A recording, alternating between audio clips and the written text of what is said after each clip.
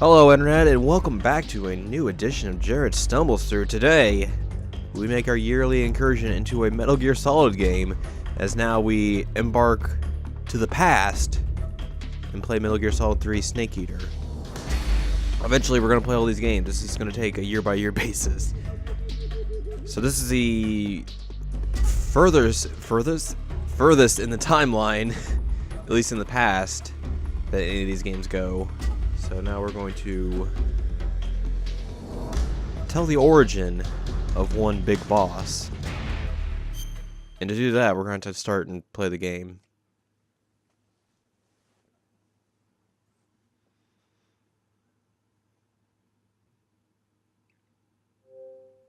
And also pick which save device we want to use. Captain Crunch hard drive, obviously.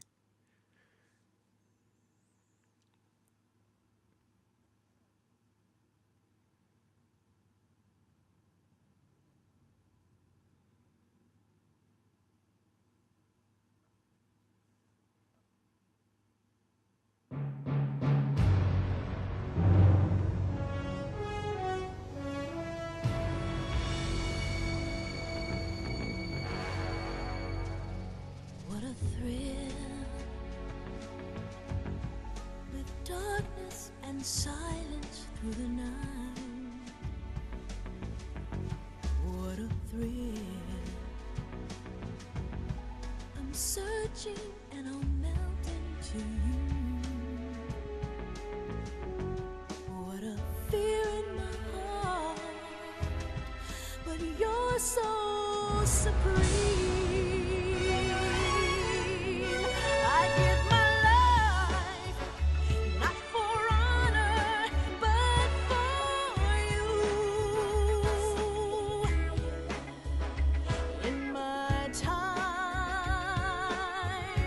there'll be no one else. Crime, it's the way I fly to you. I'm still in a dream, Snake Eater.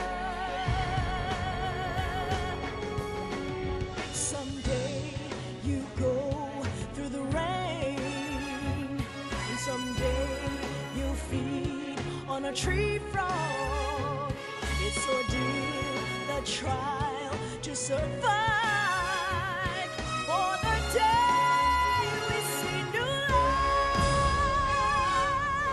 I give my life, not for honor, but for you.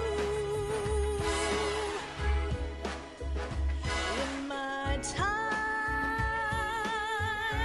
there'll be no one else. Crime, it's the way I fly to you. I'm still in a dream, Snake Eater.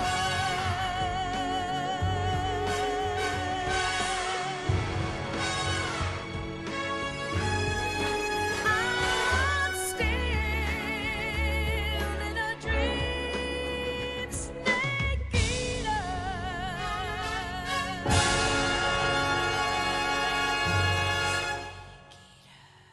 What a great opening song.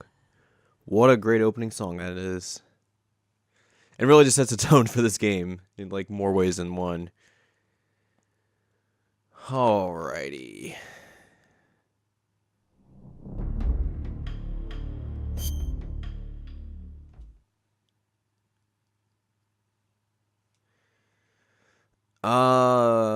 So do we want to do New Game Plus or not? That's the big question.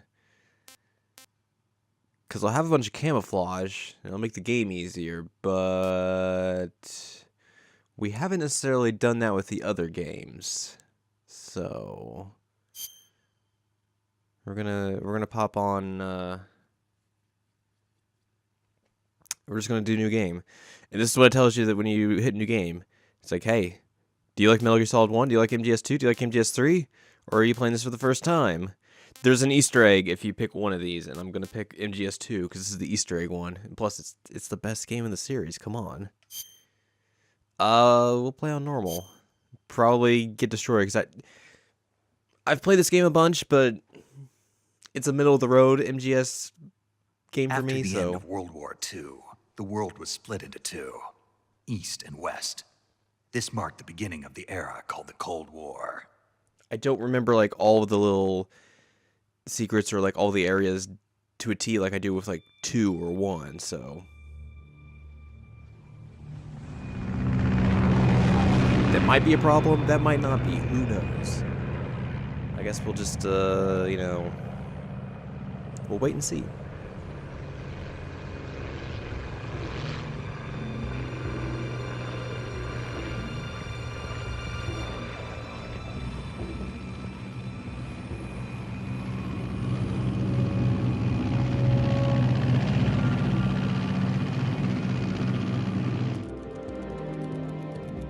Flying over Pakistan, altitude 30,000 feet.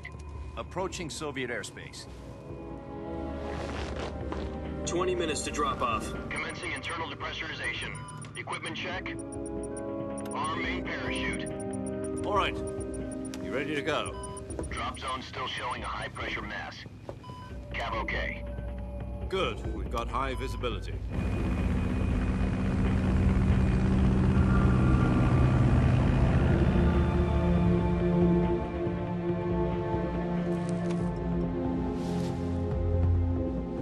Put out that cigar. Connecting oxygen hose to interior connector. Put on your mask.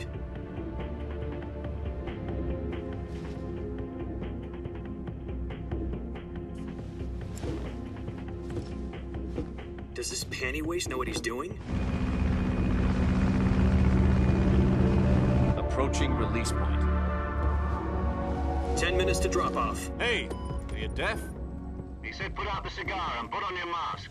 Oh man.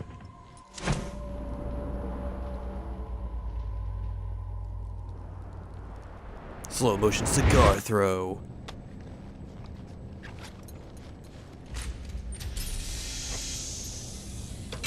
Depressurization complete.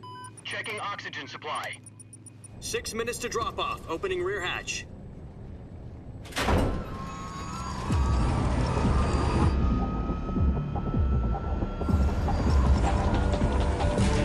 Sunrise.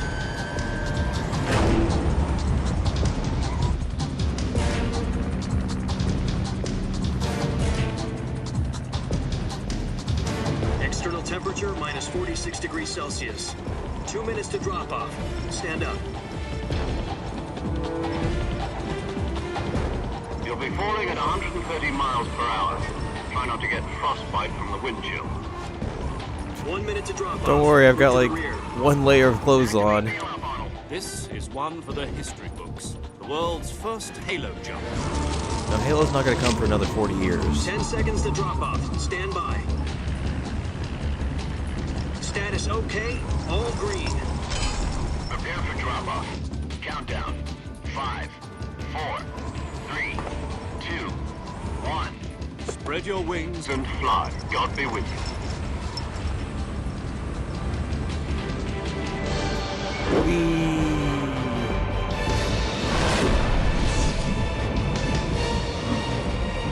Oh god, this backpack's not a parachute!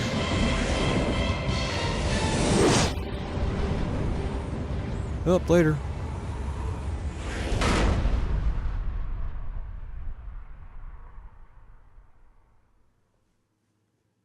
Jack, I've got some important news.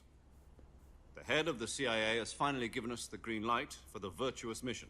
Virtual mission? No, the Virtuous mission. The future of our Fox unit depends on it. If it succeeds, we'll be officially organized into a unit. Virtuous mission? Sounds like some kind of initiation ritual. You know, don't get cocky. This isn't a training op. Right. So what exactly is this wonderful mission? Well, about 2 years ago, a certain Soviet scientist requested asylum in the West through one of our moles. His name is Nikolai Stepanovich Sokolov. He's head of the OKB-754 Design Bureau, one of the Soviets' top-secret weapon research facilities, and the East's foremost expert on weapons development. Sokolov. Isn't he that famous rocket scientist? The very same. On April the 12th, 1961, the Soviets achieved the first manned spaceflight in history. The Earth was blue, but there was no God. Well spoken. The rocket that carried Yuri Gagarin into orbit was the A-1, known as the Vostok rocket.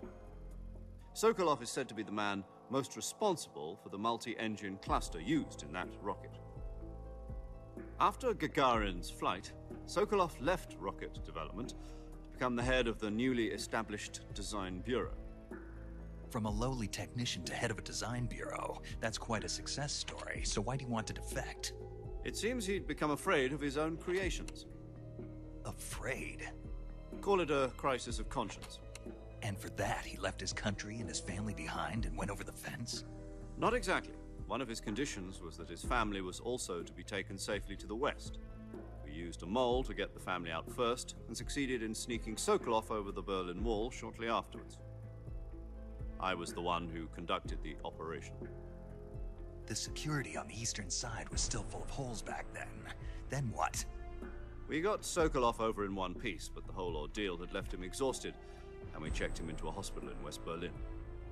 It took him 2 weeks and more than 600 miles to get from the research facility in the Soviet Union to Berlin.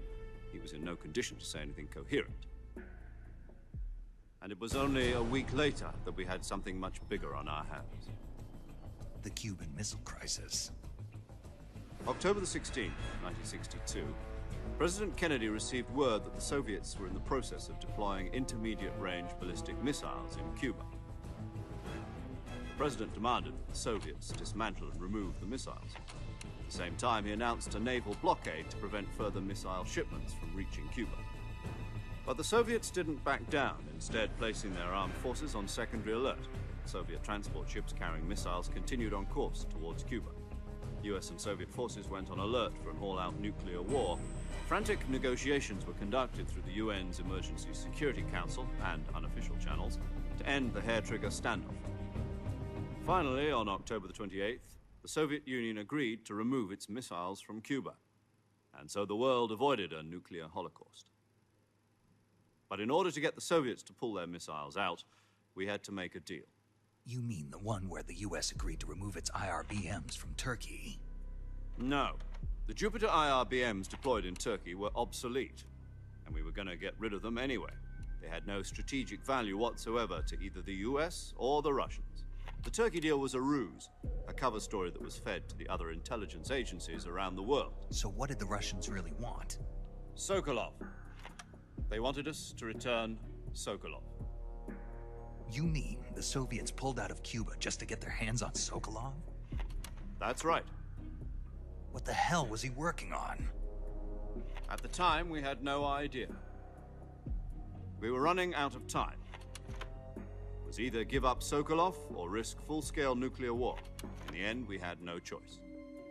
President Kennedy gave in to Khrushchev's demand. The next day, I got Sokolov out of the hospital, handing him over to agents on the eastern side.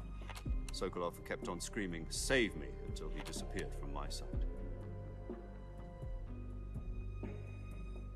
Then, a month ago, we received some new information from one of our moles. About Sokolov?